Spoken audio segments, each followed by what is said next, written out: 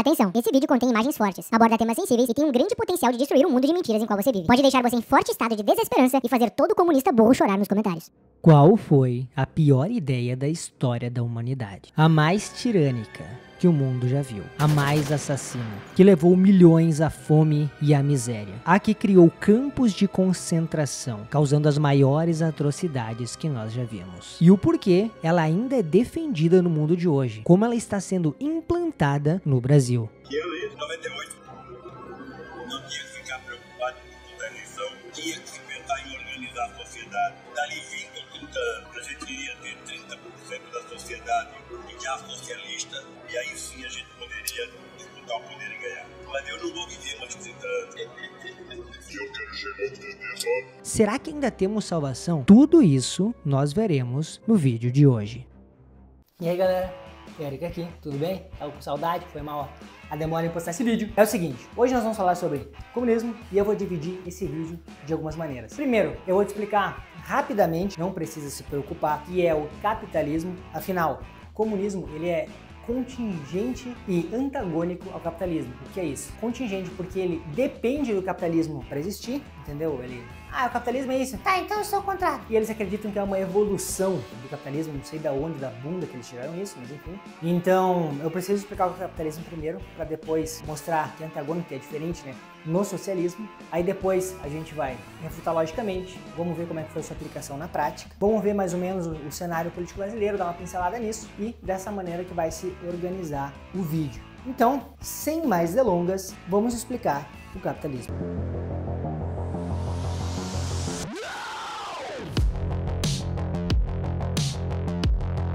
Então, para te explicar o capitalismo, eu decidi vir a este pomar, bastante frutas, depois vão ser úteis a explicação, mas não sei se vocês sabem como era antes da gente ter esse sistema. Nós éramos nômades, ficávamos vagando por aí, inclusive tem um livro bem bacana, vou deixar o link na descrição, Sapiens, uma breve história da humanidade, em que ele explica que alguns arqueólogos encontraram conchas em regiões bem distantes do mar, ou seja, eles acreditavam que há muito tempo atrás já se usavam objetos a quais se atribuía valor para fazer trocas, mas uma vez que a gente se sedentarizou, começou a plantar, a colher e afins, aumentamos então a nossa produção, perfeito? Agora eu poderia ter finalmente uma plantação como este pomar, a gente não estaria vagando por ali, ou então animais, enfim. Com isso, a gente começou a fazer trocas com mais frequências e a gente usava um esquema chamado escambo. Então, por exemplo, se você tivesse uma galinha e eu plantasse pêssegos, como nessa árvore, eu ia pegar, encher um cesto de pêssegos, levar até você e trocar por aquela galinha. Perfeito. Isso tinha alguns problemas. Por exemplo, a questão é, quantos pêssegos vale um ovo? Quantos pêssegos vale uma galinha? Quantos pêssegos vale uma vaca? E caso tivesse outra pessoa que tivesse um pé de pêssego e ela te levasse um pêssego antes de mim, pela manhã, e à tarde eu quisesse comprar a mesma coisa, você não ia querer. Você entende isso? Você já está cheio de pêssego, não tem mais o que fazer com isso, mas eu ainda preciso da galinha. Então, a gente começou a usar meios de troca comuns a todos. Por exemplo, a gente usou metais, no caso, prata, ouro. Ouro foi o que teve maior sucesso. Até o alumínio era mais valioso do que ouro. Alguns reis até, quando vinham seus convidados, davam a eles talheres de alumínio. O ouro deixavam para convidados menos importantes. Depois ficou muito fácil produzir alumínio e não vale mais nada hoje. Mas tem um ponto bem bacana aqui. Uma vez que eu tenho uma terra, ela é um meio de produção. Então, uma vez que eu tenho este meio de produção, eu posso plantar esse pessegueiro. Agora, se eu quisesse, por exemplo, começar a vender esses pêssegos, né? Eu colho aqui, encho um cesto, vou lá na cidade e vendo, pego minhas moedinhas e volto para casa. Mas e se eu quisesse aumentar esta produção? Então, eu planto 50 pés de pêssego aqui dentro, só que vai ter um problema. Será que eu vou dar conta de colher todo esse pêssego, de entregar esse pêssego a todos os mercados que também são propriedades privadas, para que então eles vendam? Talvez não, não é? Eu posso contratar então alguém que esteja desocupado e dizer, ó, eu te pago tanto por dia se tu me ajudar a colher o pêssego. E aí depois, enquanto ele colhe, eu só vou entregar nos mercados para que ele não estrague. Isso é importante porque nós chamamos de lucro, mas Karl Marx, em sua ideia, acreditava que era a mais-valia. Esse dinheiro que tu ganha sobre outra pessoa, explorando o trabalho dela. Mas veja, uma vez que você não tem um emprego, ou seja, você está desocupado, você não tem dinheiro nem para cair morto em algum lugar. Se eu te oferecer uma grana e você de comum acordo aceitá-la, qual o problema nisso? Não é mesmo? É, ué. Agora, se eu tivesse 10 funcionários aqui, 10 pessoas que eu chamei para me ajudar, para ficar colhendo pêssego enquanto eu vou entregar. Então, vai ter alguns que vão colher pêssego, vai ter algumas que vão produzir geleia desse pêssego, vai ter gente que vai fazer, sei lá, cuca de pêssego, não sei se dá para fazer, e bolo de pêssego e tudo que dá de pêssego. E eu vou sair só vender. E essas pessoas, elas simplesmente achassem que eu sou o problema. Afinal, eu estou explorando, ainda que eu as pague para elas me ajudarem, elas concordarem em receber para me ajudar. Ninguém tá obrigando, elas podem virar as costas e ir embora e fazer o que quiserem. E aí elas fazem uma revolução, tiram minha propriedade de mim, me ameaçam de morte e levam tudo que eu tenho, que eu conquistei. Você entende que isso não é correto? Mas, para os comunistas, é. Claro que o capitalismo, esse livre mercado, ninguém regulando as coisas, tem alguns problemas. Por quê? Visto que você pode produzir o quanto quiser, eu poderia desmatar o Brasil inteiro e plantar pé de pêssego. Eu mataria cada macaquinho que tivesse para plantar, para aumentar minha produção, para eu ganhar mais dinheiro. Entende? Não há um limite, não há quem regule o limite do quanto eu posso produzir. E isso é um grande problema do capitalismo. Outro problema, eu posso criar uma doença para depois te vender a cura. Eu posso te vender apenas o tratamento, pois o tratamento é muito mais lucrativo do que te vender a cura, a qual eu te venderia só uma vez.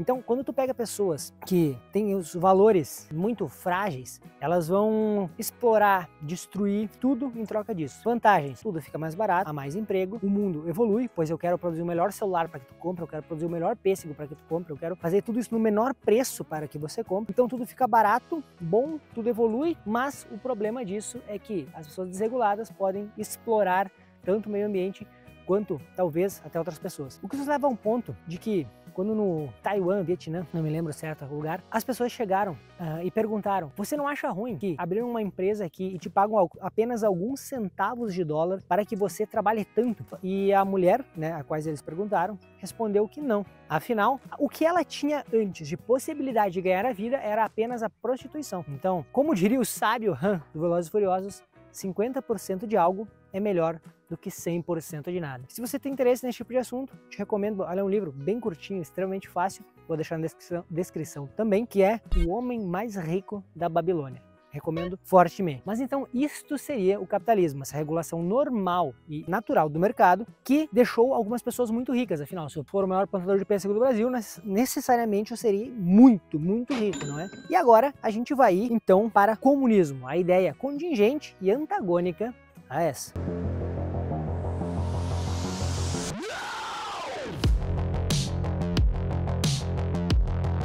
Então agora que já entendemos o capitalismo, que é fundamental para que eu explique para vocês o socialismo e o comunismo, escolhi então este local devastado propositalmente, afinal é isso que sobra de um país após o comunismo ser instaurado. O porquê do capitalismo ser necessário para o socialismo? Bom, Marx, um dos principais filósofos, pensadores, se é que assim podemos chamá-lo, da esquerda, acreditava que o comunismo era a evolução do capitalismo. Por quê? Pois o capitalismo era ultrapassado e beneficiava só algumas massas. Marx argumenta que, ao longo de toda a história, a sociedade sempre foi dividida entre duas classes. A classe opressora, que detinha todo o poder, e a classe oprimida. Na sociedade romana, por exemplo, eram os patrícios e os servos. No feudalismo, os senhores feudais e os seus vassalos. E agora, em nossa sociedade atual, os burgueses contra os trabalhadores. Bom, como se os burgueses não houvessem sido trabalhadores um dia, ou se, inclusive, não continuassem sendo.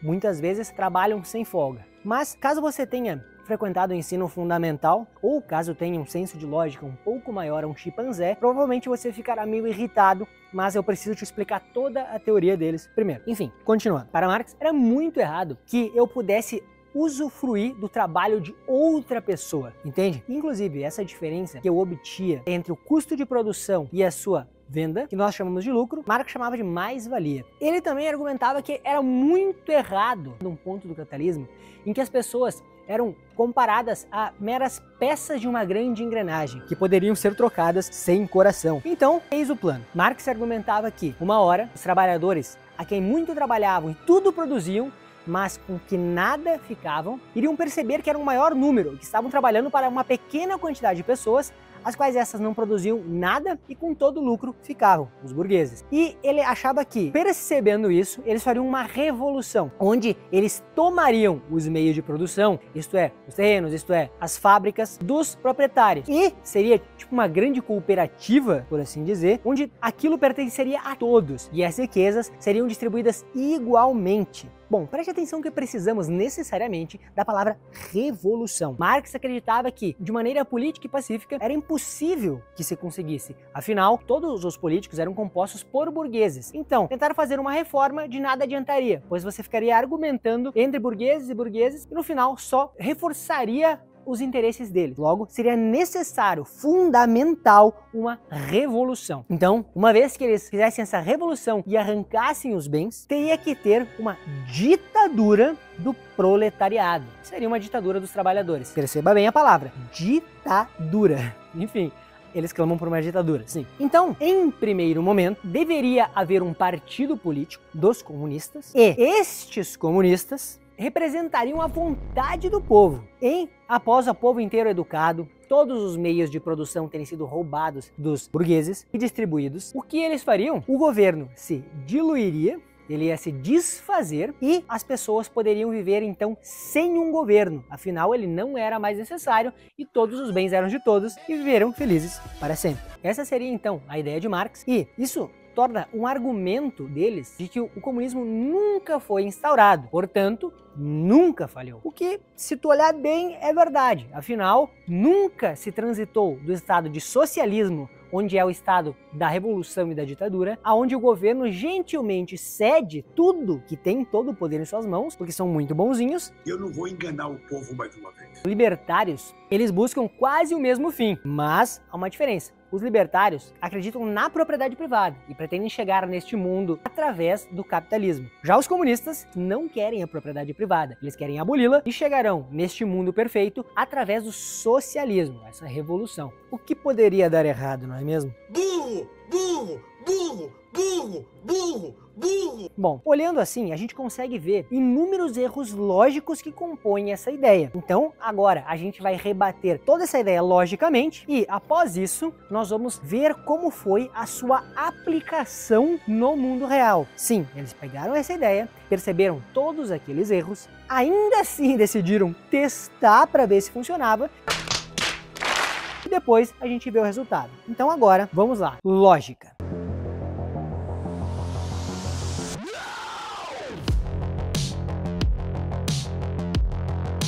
Bom, contemplem esse cenário maravilhoso, mas foco. A gente precisa olhar logicamente sobre uma ideia antes que a gente possa implantá-la, não é mesmo?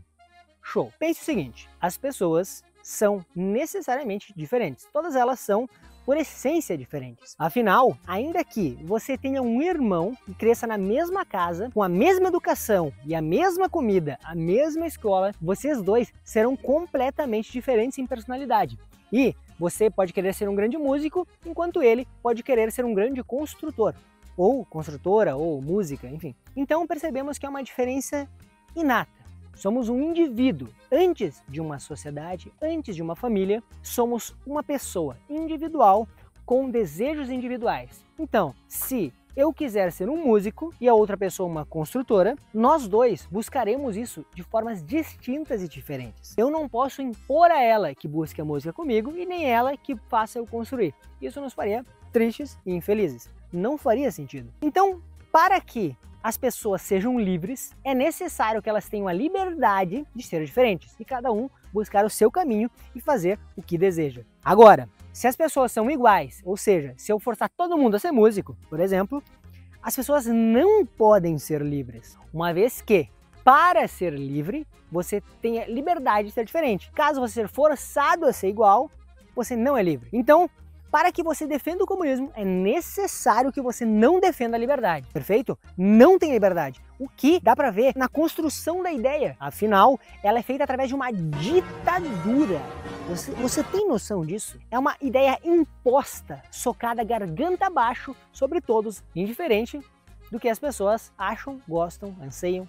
Enfim, perfeito. Outro ponto lógico. Se as pessoas buscam coisas diferentes, pois desejam aquilo, percebemos que a vontade das pessoas é movida por um desejo egoísta e individual. Se eu quiser ser um grande músico, é necessário que eu busque a música acima de tudo. Agora, se eu não quiser ser e eu quiser ficar de boa, eu tenho que ter liberdade para fazer isso, correto? Agora vamos a outra coisa. Uma pessoa adora trabalhar. Ela é workaholic, ela trabalha 20 horas por dia. É uma louca, ela vai lá, toma energético, toma rebite para trabalhar. Show. A outra pessoa não gosta de trabalhar. A outra pessoa quer ser um andarilho e quer curtir a vida, fazer um mochilão, ficar de boa. Essas duas pessoas diferentes. Agora, o que eu vou fazer? Eu vou pegar o lucro da pessoa que trabalha durante 20 horas e diluir com a pessoa que quer fazer um mochilão. Ou seja, a pessoa trabalha por 20 horas para financiar um mochilão da outra pessoa. Beleza, então a riqueza foi dividida igualmente. Você, sendo honesto, trabalharia 20 horas para financiar as férias infinitas de alguém? Não, você não faria isso. Ninguém faria isso. Ninguém faz isso. Você entende? Então, a pessoa que trabalha 20 horas pararia de trabalhar. Então, com a produção dela diminuindo, teríamos um problema. Ela teria menos dinheiro. Então, se ela produzia 50 mil por mês, agora ela vai produzir 5, que é só para ela viver. Já a outra pessoa, agora, também ficará mais pobre. Você percebe que, em pouco tempo, todos deixarão de trabalhar? Podemos ver isso no exemplo da sala de aula. Imagina que eu dilua igualmente a nota entre todas as pessoas. Então, aquela pessoa extremamente dedicada, que estuda muito, que gosta de tirar notas, porque ela individualmente quer receber a recompensa de tirar um 100 na matéria, de ser elogiada por todo mundo, de ser levada no palco e olha só que guri inteligente. Essa pessoa tirou um 10. A outra pessoa tirou um 0. Ela fica lá no fundo, fumando, ela leva uma grelha, ela faz salsichão no fundo da sala e fica trocando ideia, vagabundeando, enquanto a outra trabalha. Beleza. No final do semestre, a lota, uma é 10, a outra é 0, meio, 5, todo mundo tirou 5. O que ficou coçando as bolas e a pessoa que estudou tomou na bunda. Show. No próximo semestre, tu acha mesmo que a pessoa vai ficar se arrebentando de estudar para entregar a nota pro vagabundo coça-saco? Não. A pessoa não vai estudar. Então, agora vamos dizer que ela tira um 7. Show. Agora, a nota de todo mundo virou 3,5. E no próximo semestre, de novo, e de novo, e de novo. Vamos lá, mas o problema lógico vai ficar mais fundo ainda. Então, eu implantei, eu diluí, tirei os anseios individuais, tirei a recompensa individual que tu poderia ter trabalhando, afinal tu não pode mais ter a tua propriedade privada, terras, mansões, casas, carros, seja lá o que tu quiser, o que te move de manhã. As pessoas, como esse exemplo da sala de aula, vão começar a descer, até que a gente chegue num ponto zero de trabalho. Todo mundo vai virar vagabundo. Né? Mas a gente tem um problema, a gente precisa comer como sociedade, não é mesmo?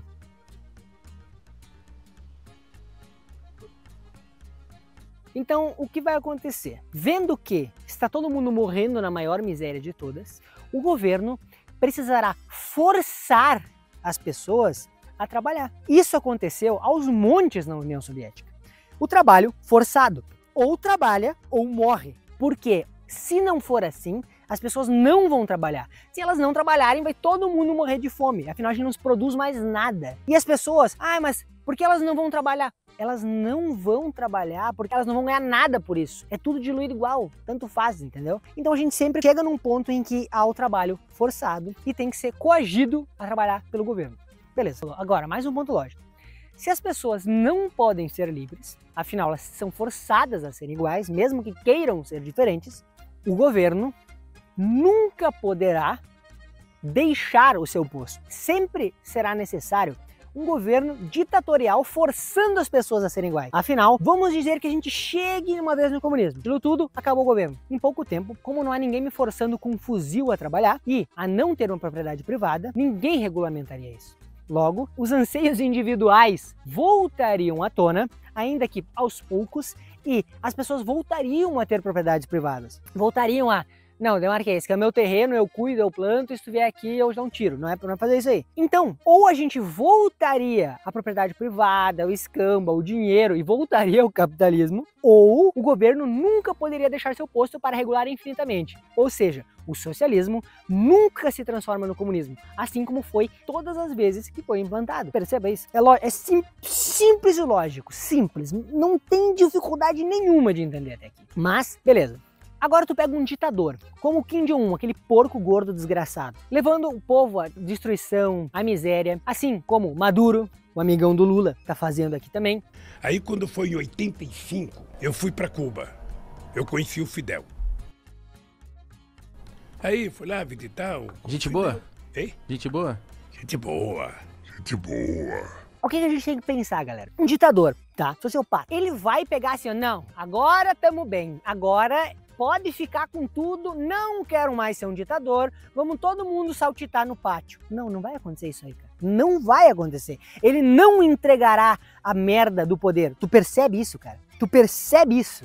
Que ninguém vai abdicar de poder nenhum, cara. E é aquela velha história. Se o poder corrompe, o poder absoluto corrompe absolutamente. Perfeito, galerinha. Então, o ditador não vai deixar, nunca chega no comunismo. No final de tudo isso, dá tudo errado e a gente termina com uma ditadura na nossa bunda. Aí chegou o cara de esquerda lá. Ai, a ditadura militar foi uma merda. Tá, então qual a solução tu quer? Eu quero a ditadura.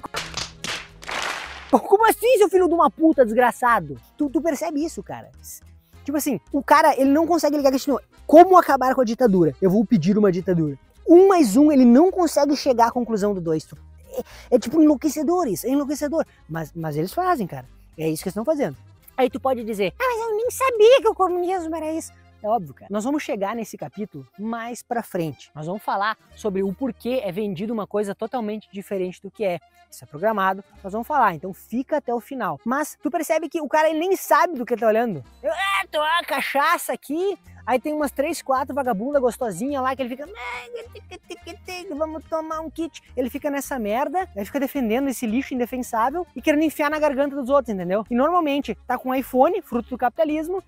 Quando tu perceber que tudo à sua volta é um grande fruto do capitalismo, ainda que ele tenha suas falhas, como tudo tem suas falhas, nada é perfeito senão Deus, a única coisa perfeita é Deus, tu tá fadado ao fracasso lógico intelectual. É impossível, cara, é impossível. Outra parte lógica legal que eu gosto é que, tipo assim, ó, o negócio nunca funcionou.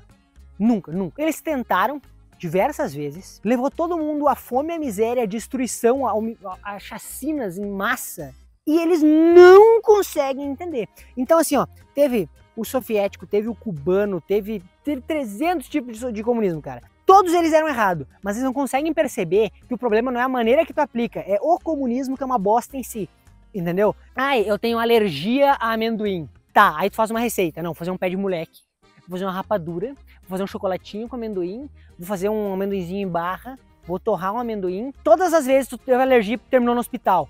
Qual o problema? Não, eu vou mudar a receita. Não, seu idiota retardado. O problema é a porcaria do amendoim. Tu percebe isso, cara? Sacou? E o que tu tá querendo fazer não é comer amendoim até morrer. Porque se fosse isso, tá tudo bem, cara. Come teu amendoim que se foda. Tu quer pegar e forçar todas as outras pessoas que são alérgicas a amendoim a comer também. Tu quer forçar todo mundo a entrar nessa tua ditadura doentia que vai levar todo mundo à miséria e à destruição, como foi levado todas as vezes. Mas beleza, cara. Agora nós vamos chegar, ainda que tu perceba que logicamente essa porcaria não funciona de maneira nenhuma, agora nós vamos dar uma olhada na história e nós vamos ver todas as vezes que foi tentado aplicar o comunismo e o resultado que isso teve, beleza? Então, vem comigo.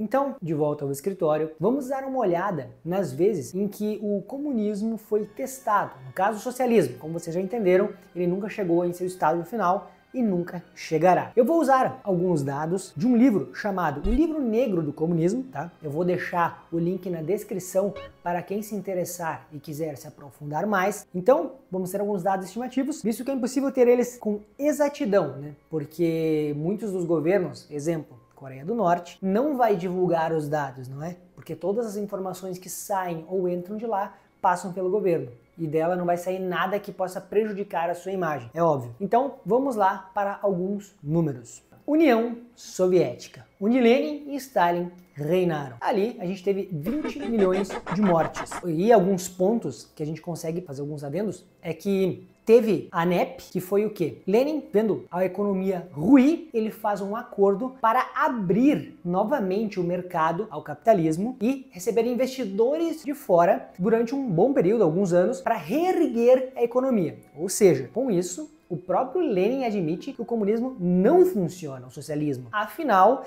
ele teve que abrir para o capitalismo, que é algo totalmente ruim e que não funciona, não é mesmo? Então é uma grande contradição ali. Também tivemos Holodomor, que foi quando eles cercaram a Ucrânia e mataram eles de fome, propositalmente para conquistar aquele lugar. Então, foi tipo pensa num holocausto, só que tu matou as pessoas de fome. Eles cercaram simplesmente a Ucrânia e deixaram as pessoas lá starving, né, sobrevivendo até a morte. Então, ponto aí pro comunismo, parabéns. Temos também a República Popular da China, onde tivemos a infelicidade de Mao Tse-tung governar, em que foram 65 milhões de mortos. Bem complicado, né? Inclusive, com a economia ruindo, né, nas fazendas, em tudo, porque sem um estímulo de busca individual, como a gente já conversou, as pessoas não fazem nada, logo a produção diminui. Com tudo caindo, todo mundo morrendo de fome, Mao Tse-tung tem uma grande ideia. Não admitindo que o comunismo é um lixo horrível que não funciona, ele acredita que o problema que está causando a fome no país são os pardais. Os pardais estão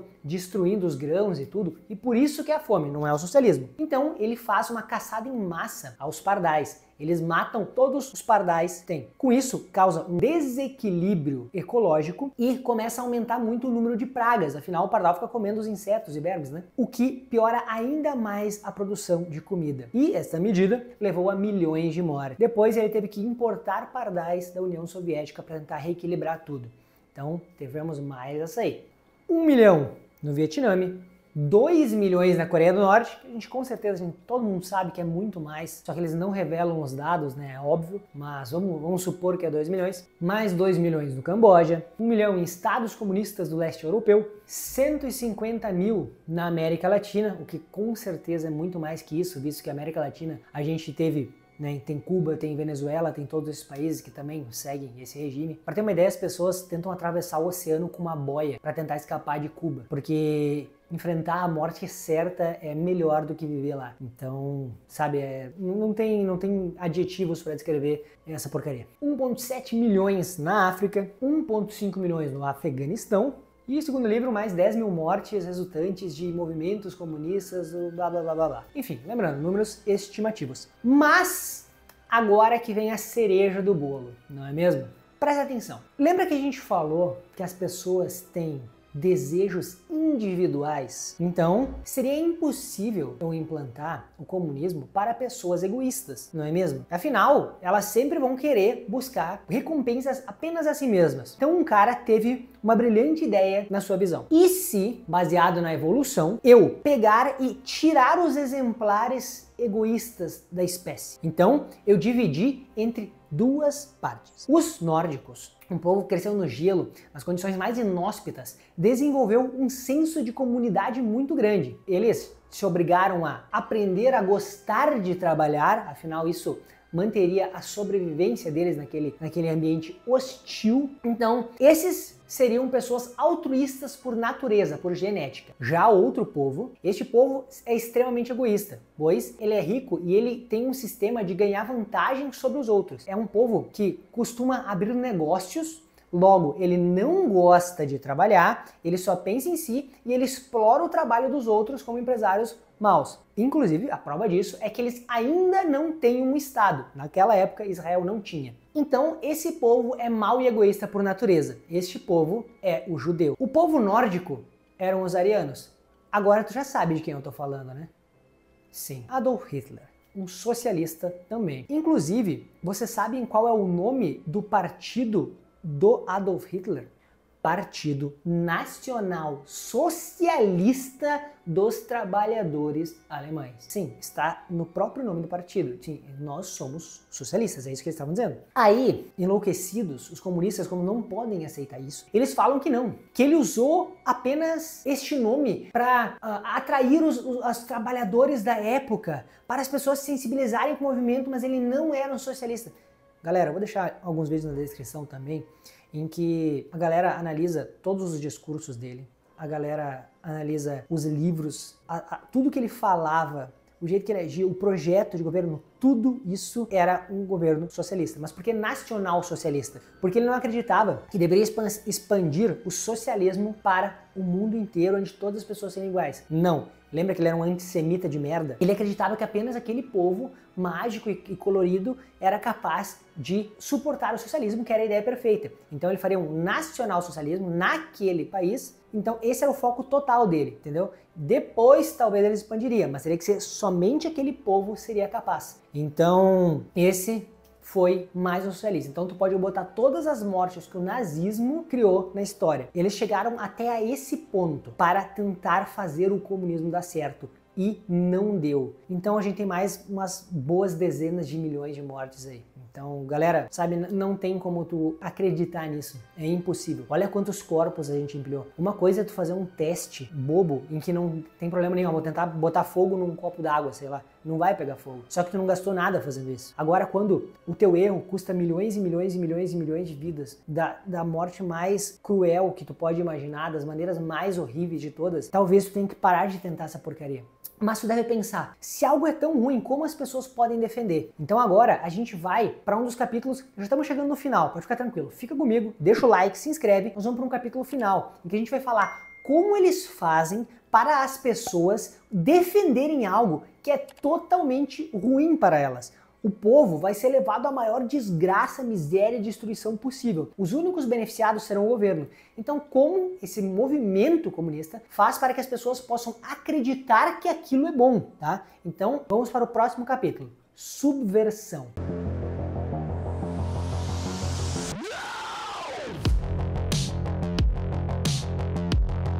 O que é subversão? Afinal, é um processo de conquistar um país através da destruição e mudança de sua cultura. Então, eu não preciso necessariamente guerrear contra ele, isso é, pegar tanques e invadir um lugar, pois isso seria muito danoso. Eu só preciso mudar a cabeça das pessoas que estão lá. E aí, eu consigo fazer com que elas queiram a minha ideia, entende? Não preciso confrontar diretamente. Como assim? Bom, pensa que um povo está solidificado em uma cultura. Então, eles acreditam que tem que comer aquela comida, escutar aquela música, seguir aqueles padrões de família e tudo isso forma a sua cultura, a sua maneira de agir. Então, se eu chegar lá... Seguinte, galera, eu quero que vocês queiram as minhas ideias, em que todos vocês vão ser mortos, vocês não podem mais comprar nada. Eles não vão aceitar, de maneira alguma.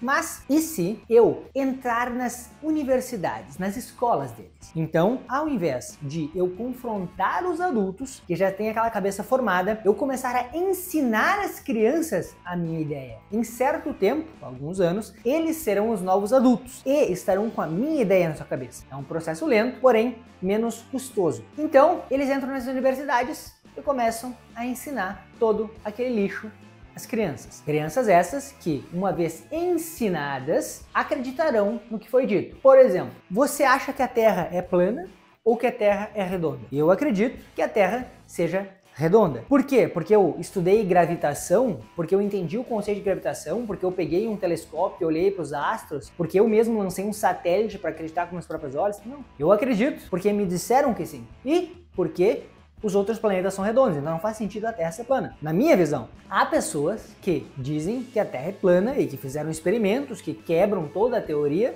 Eu não me aprofundei, mas perceba que o ponto em questão é, eu acredito que a Terra é redonda porque me disseram que a Terra é redonda. Assim como me disseram que diversas coisas as quais eu acreditei sem questionar, simplesmente pois uma autoridade lá na frente me disse que era aquilo. Então a gente segue este padrão, a gente tende a defender ideias que autoridades nos deram, mesmo sem que a gente questione elas. E a gente vai atacar as pessoas que as questionam, para proteger aquelas ideias. Sempre foi assim, independente das ideias.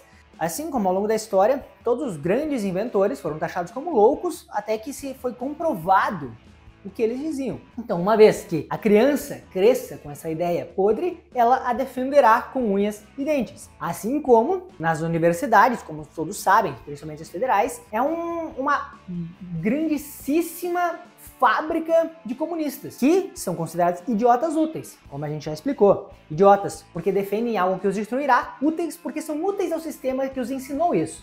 E assim que eles implantarem o governo, esses agentes de caos não serão mais necessários, então eles serão descartados. Percebe isso? Beleza. Então eu vou criando esses agentes de caos e dividindo a sociedade. Dividir e conquistar. Lembra? Então, é preto contra branco, contra amarelo, contra índio, contra rico, contra pobre, contra classe média, contra patrão, contra funcionário, contra homem, contra mulher, contra gay, contra blá, blá, blá. É todo mundo dividido e brigando e o pau torando entre a gente, enquanto os políticos, porcos, desgraçados, estão lá em cima com os bolsos cheios de dinheiro, nos extorquindo, arrancando tudo que é nosso e fazendo o que bem entendem, para no final implantarem essa ideia doentia. E não se engane, são todos lados da mesma moeda, beleza? Posso aprofundar mais sobre esse tema futuramente, mas agora não é o tema desse vídeo. Então, agora eu quero que você faça uma reflexão profunda e sincera, beleza? Caso você não seja comunista, porque caso você for, você defende uma ditadura, você quer uma ditadura sanguinária, assassina, genocida. Então, caso você não seja comunista, você seja do outro escopo, logo, uma pessoa que não defende isso, em teoria, você já não pegou-se pensando, dentre todo este caos que a gente está envolvido, em que cada dia é uma loucura nova, que a gente está surtando, a gente está coringando já nesse país, tão louco que é isso aqui, o seguinte pensamento. Devia ter uma ditadura pra acabar com isso, arrancar esses políticos, botar todos esses presos na cadeia, fazer uma limpa, acabar com isso, tal como foi feito em El Salvador. Eu já me peguei com esse pensamento. Mas veja, você está clamando por uma ditadura, é algo ruim, necessariamente. Então, olha isso, o caos, quando implantado numa sociedade, está tudo desordenado, tudo enlouquecendo, as pessoas clamarão por uma ditadura. Elas não a rejeitarão, elas implorarão por aquilo. Quando o caos estiver num nível tão absurdo, quando a pessoa estiver acreditando que é um animal, cara, tá entendendo? Olha o nível de loucura. Quando tu acreditar, quando tudo tiver distorcido, louco, quando bebês forem vistos como parasitas, você entende? Quando tudo for invertido, quando tudo tiver de cabeça para baixo, quando não sobrar mais nada, o caos absoluto, a loucura, as pessoas clamarão por paz e elas precisam de ordem. E quem melhor para impor a ordem senão uma ditadura que luta pelo povo? Aquela ditadura que ela é a força dos oprimidos e dos mais fracos. Ela resolverá tudo. Percebeu o pulo do gato? Então, você entra num país, educa as crianças, destrói completamente a cultura daquele país, destrói a economia, destrói tudo. Quando ele estiver muito fraco, clamando por um salvador, aí você entra e checkmate. Mas, como a gente já conversou, deixa eu te contar um segredinho. Eles não vão deixar o poder depois. Uma vez ditadura, sempre ditadura, não é mesmo? O porcão da Coreia do Norte, lembra dele? Ele não saiu de lá e nunca mais vai sair. Então, a gente tem que cuidar com isso, entende? Inclusive, essa woke culture, essa cultura de doença mental que tá se espalhando pelo mundo, né? Em que a pessoa é um animal, em que a pessoa não sei o que, em que blá blá blá, em que as pessoas estão discutindo, tipo, 30 maneiras de dar o cu, ao invés de, tipo, a fome. Você entende isso? Quando MrBeast faz 100 poços de água na África e as pessoas vão lá e criticam isso. Tu consegue perceber isso? Ah, foi só pra ganhar like. Cara, tu percebe que muitos valores já foram corrompidos, destruídos. Então, galera, essa é a maneira de subversão. Ela soa bem semelhante ao nosso Brasil, né? Sim, porque eles estão fazendo isso há muito tempo, tal como foi aquele trecho que eu deixei no começo do vídeo do Lula falando que isso é um plano há 30 anos atrás, 20 anos atrás. Então sim, está sendo implantado, tudo isso é parte de uma agenda, isso está acontecendo. E sabe qual é o principal fator? O estado de desesperança. Eles escarnecem isso na sua cara para te destruir. Porque uma pessoa assim, desesperança, ela não luta mais contra, tu entende? É por isso que tu vê satanismo em todos os lugares. Para destruir os teus valores cristãos, é por isso que tu vê toda essa doença, é por isso que a mulher, hoje em dia, quanto mais puta, mais bonito, entendeu? O homem, quanto mais viado, mais legal ele é, e assim por diante, porque justamente o objetivo é causar o caos, você entende? Não lutar por essa classe. Tanto é que Che Guevara fuzilava gays, tanto é que Putin proibiu movimentos LGBT lá. Uma vez que está instaurada a ditadura, eles não toleram agentes de caos, mas até que ela se instaure, os agentes de caos, as pessoas, os idiotas úteis, são completamente necessários para esse movimento. Perceba, em nenhum momento eu estou te criticando por ser gay. Isso é algo inato teu, eu não tenho nada a ver com isso. O que tu faz com a tua bunda? Não tenho nada a ver. Eu tenho 2 amigos gays, tá? Então não tenho problema nenhum com eles, a gente debate todo tipo de assunto. Zero problema, cara, são pessoas extremamente gente fina, extremamente inteligentes. Não é esse o cerne da questão. Eu quero te dizer como eles utilizam o movimento para gerar caos e implantar, não o que de fato é a luta. Você percebe isso? Você entendeu? Preste atenção nessa frase. Quando você perceber que, para produzir, precisa obter autorização de quem não produz nada, quando comprovar que o dinheiro flui para quem negocia não com bens, mas com favores, quando perceber que muitos ficam ricos pelo suborno e por influências mais do que pelo trabalho, e que as leis não nos protegem deles, mas, pelo contrário, são eles que estão protegidos de você. Quando perceber que a corrupção é recompensada e a honestidade se converte em autossacrifício, então poderá afirmar, sem temor de errar, que a sua sociedade está condenada. A revolta de Atlas, de Ayn Rand. É um tanto assustadora essa frase, né? Ela se encaixa perfeitamente na nossa sociedade atual. Bom, eu gostaria de deixar uma consideração final aqui, talvez eu faça um vídeo sobre isso, se vocês quiserem, mas pensem o seguinte, reflexão final. Se toda lei humana pode ser corrompida, afinal, acordamos querendo uma coisa e pela noite temos uma ideia completamente diferente, nossa vontade flutua muito, nossos valores mudam de acordo com o tempo. Nós temos uma tendência aos vícios e, na visão espiritual, ao pecado. Então, todas as leis humanas estão passíveis de serem corrompidas, correto? Tudo que o humano escrever, ele pode alterar.